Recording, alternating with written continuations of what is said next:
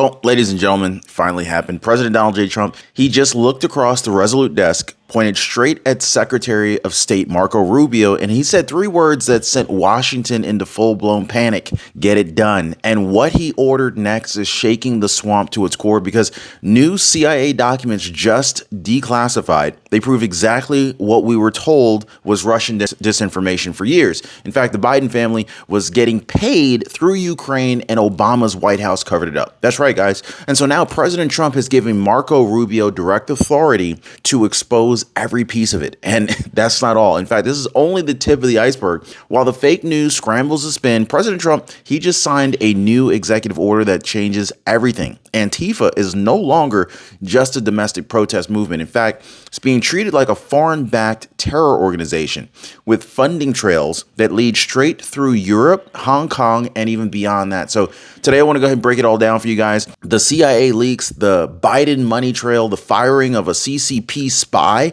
right inside of our own government, guys. And President Trump's all-out order to take down Antifa, the deep state, and every player tied to this Ukraine cover-up. Because make no mistake, October 2025 will go down as the month that the walls finally closed in, not on Trump, but on them. So stick with me, guys, because this one will shake Washington, D.C. to its knees. Hit the like button, subscribe. We got a lot to go into. So inside the Oval Office, the tension, it was thick enough to cut it with a knife. Let's be honest. Trump wasn't smiling. He wasn't tweeting. He wasn't rifing for the press. He was in full commander-in-chief mode. And so what came next? Well, two executive orders that may have actually brought the swamp into an absolute meltdown. So first, clean out foreign influence inside U.S. government agencies, starting with the Senate Department. The second, total transparency on the Biden-Ukraine intelligence files. Now, it wasn't just about politics. No,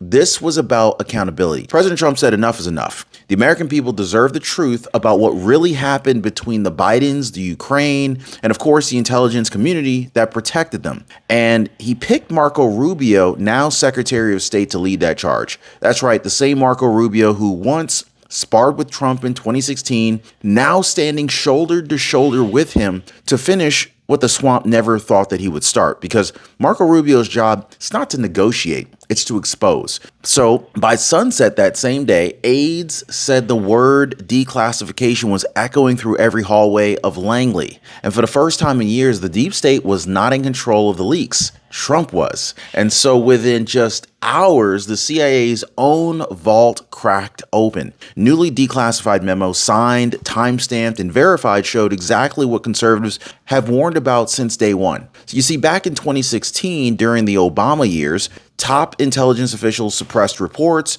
showing Ukrainian officials were begging Washington, D.C. to investigate the Bidens' financial ties to Burisma. That's right, guys. They called it blatant corruption. They said Hunter's role was a political liability, but Obama's national security team buried it. Why? Because Joe Biden was running point in Ukraine, and the optics would have killed their foreign policy narrative. So they couldn't let that happen. So what happened now is that these memos that just got leaked out by President Trump's administration prove it. Ukrainian reformers literally warned the U.S. that the Biden's involvement looked like a bribery pipeline. Drop a bribery down below if you believe that. Because instead of investigating, the White House told Intel analysts to stand down. Now, many people believe that the Bidens were bribing folks left and right just so that they can line their pockets. Now, in October 2025, those same files are out, and it's undeniable. Even Fox News is calling it a clear case of intelligence politicization. And it's all thanks to one order: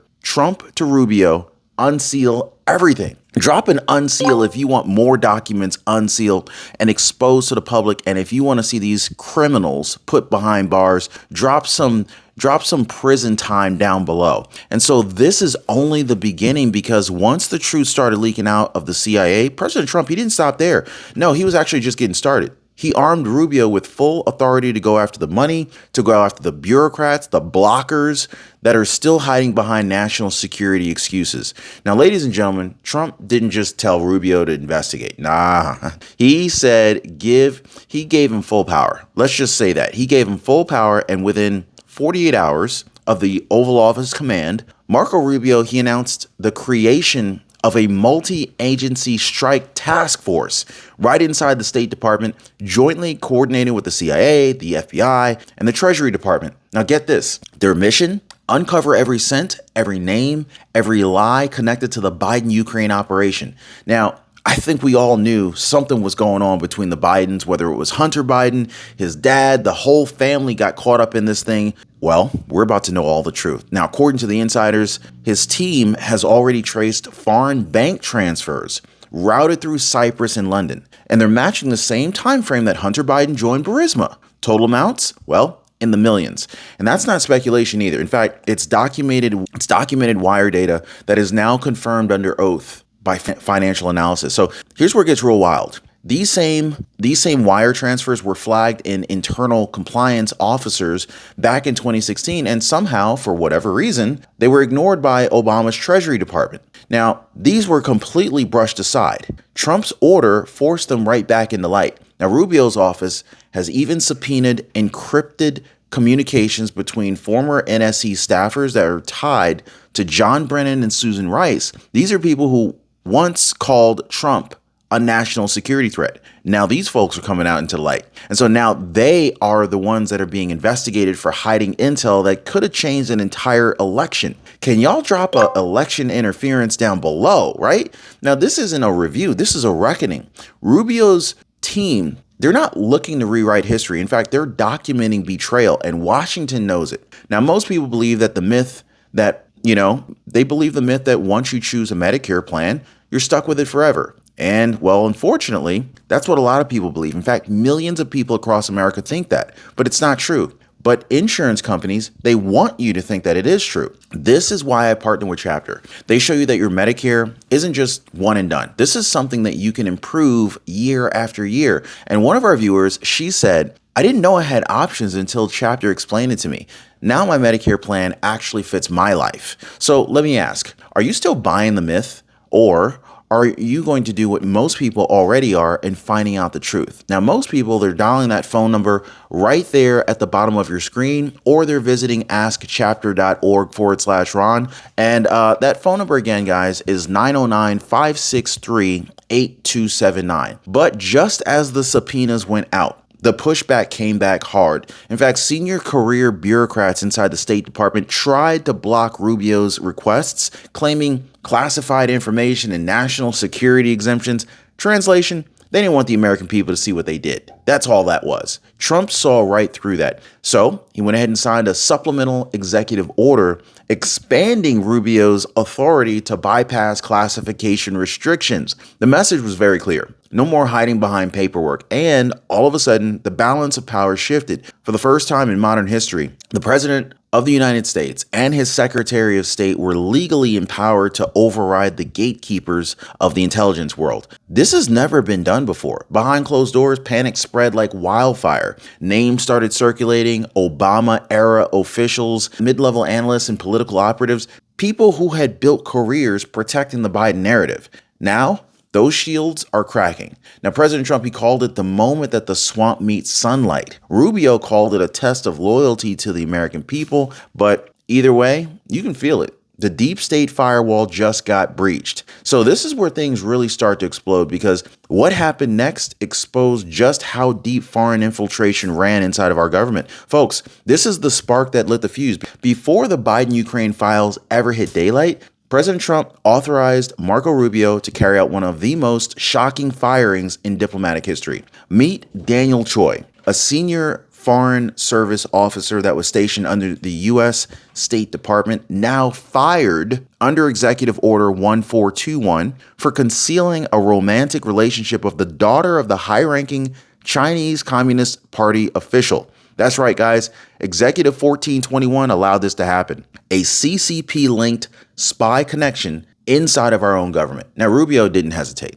He executed President Trump's order immediately, and the timing couldn't have been any more deliberate. Because while Biden and Obama's former staffers spent years calling Trump soft on China, it's Trump right now in 2025 who's actually purging the CCP out of Washington. Now, the State Department, well, they have already confirmed that this was the first termination of its kind in U.S. history. This is history in the making, guys. And the best part, it wasn't buried. It was made publicly intentional. Okay. So President Trump, he wanted America to see the entire era of the compromise and the corruption was over. In a very brief statement, Marco Rubio, he said it perfectly. He said, if you're taking orders, money, or influence from the Chinese Communist Party, you're done. No exceptions. You're done. That firing, it wasn't just about one official. This was sending a message. The swamp was officially on notice. So then came the second order. President Trump told Marco Rubio, we've handled the spies. Now follow the money.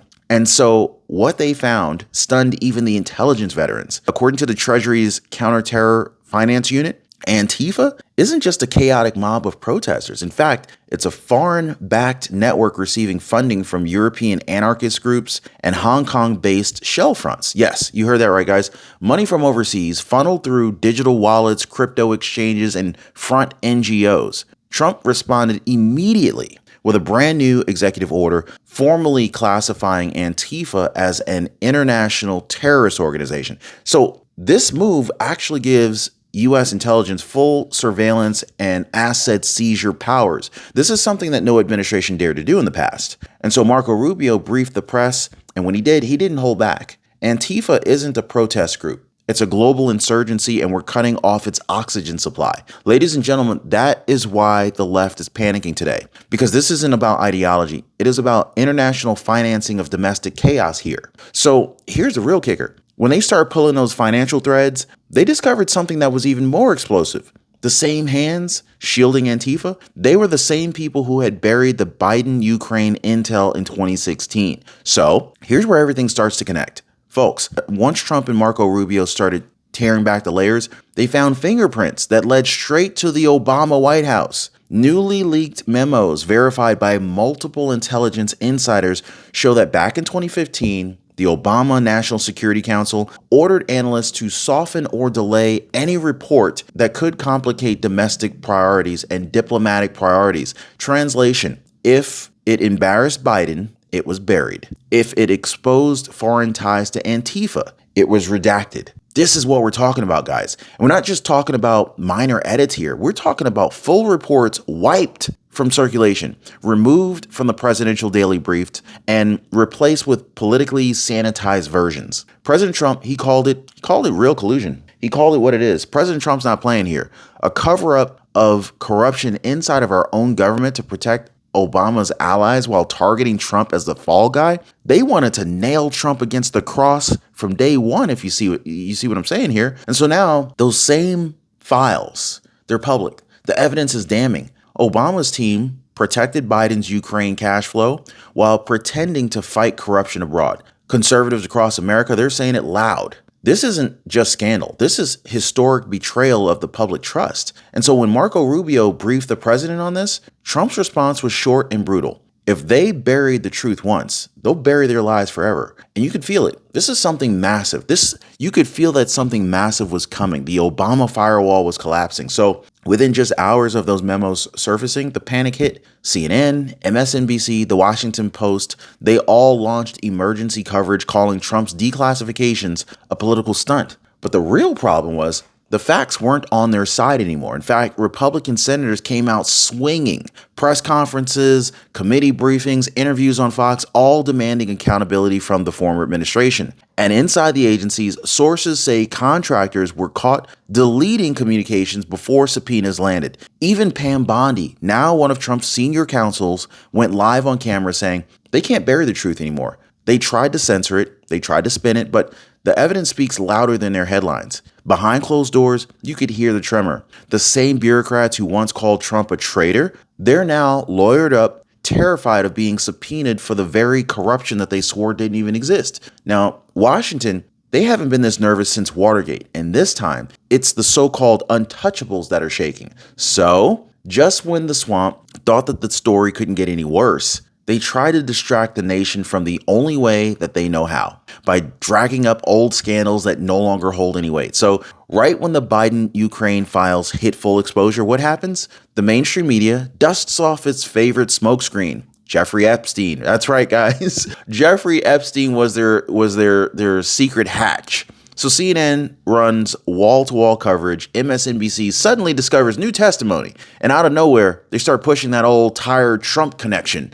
that narrative again. You see what I'm saying here? It's almost routine for them now. But here's what they really don't want you to know. The Epstein victim herself already cleared it up months ago. She said it under oath. Trump never touched me. He was introduced to me at a Manhattan event, not Epstein's Island. So he wasn't even involved. And the witness said this. She said it. That's the truth, period. But the corporate media, of course, they can't let that stand. So they went ahead and twist and reframe and recycle stories that have already been debunked because they need a distraction from what's really unfolding inside of Washington right now. So don't fall for it, guys. Share this video with someone who needs to understand the truth. Share this with everyone, because even Marco Rubio's committee noticed the timing. Just as the subpoenas started going out to former CIA staffers, the Epstein stories magically resurfaced. Coincidence? I think not. And I know you guys are a lot smarter than that. You're not going to fall for that. This is a playbook, folks. This is a distraction tactic. Drop a distraction down below if you're seeing it too, because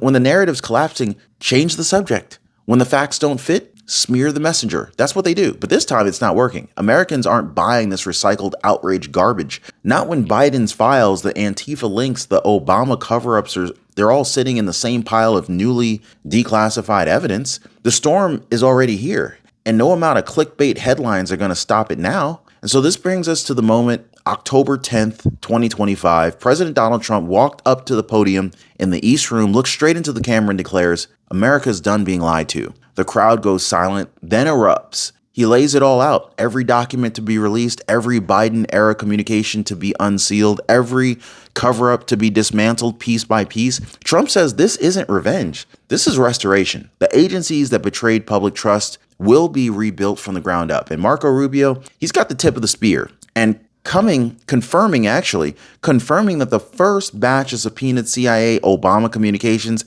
is already being reviewed by congressional investigators. The swamp spent 8 years hiding corruption under national security excuses, but now the sunlight's hitting every corner. The intelligence files are open, the names are known, and for the first time in decades, the people, not the bureaucrats, control the truth. Trump ended his address with one final promise. We will clean house from the inside out. The American people will have their country back. And for the first time since 2016, the message was clear. The cover-ups are over, the deep state is cracking, and the era of accountability has begun. So buckle up, America, because when Trump says take them down, he means every last one of them. So if you're as fired up as I am, I want you to share this video right now. Let everyone know the truth is finally breaking through the noise.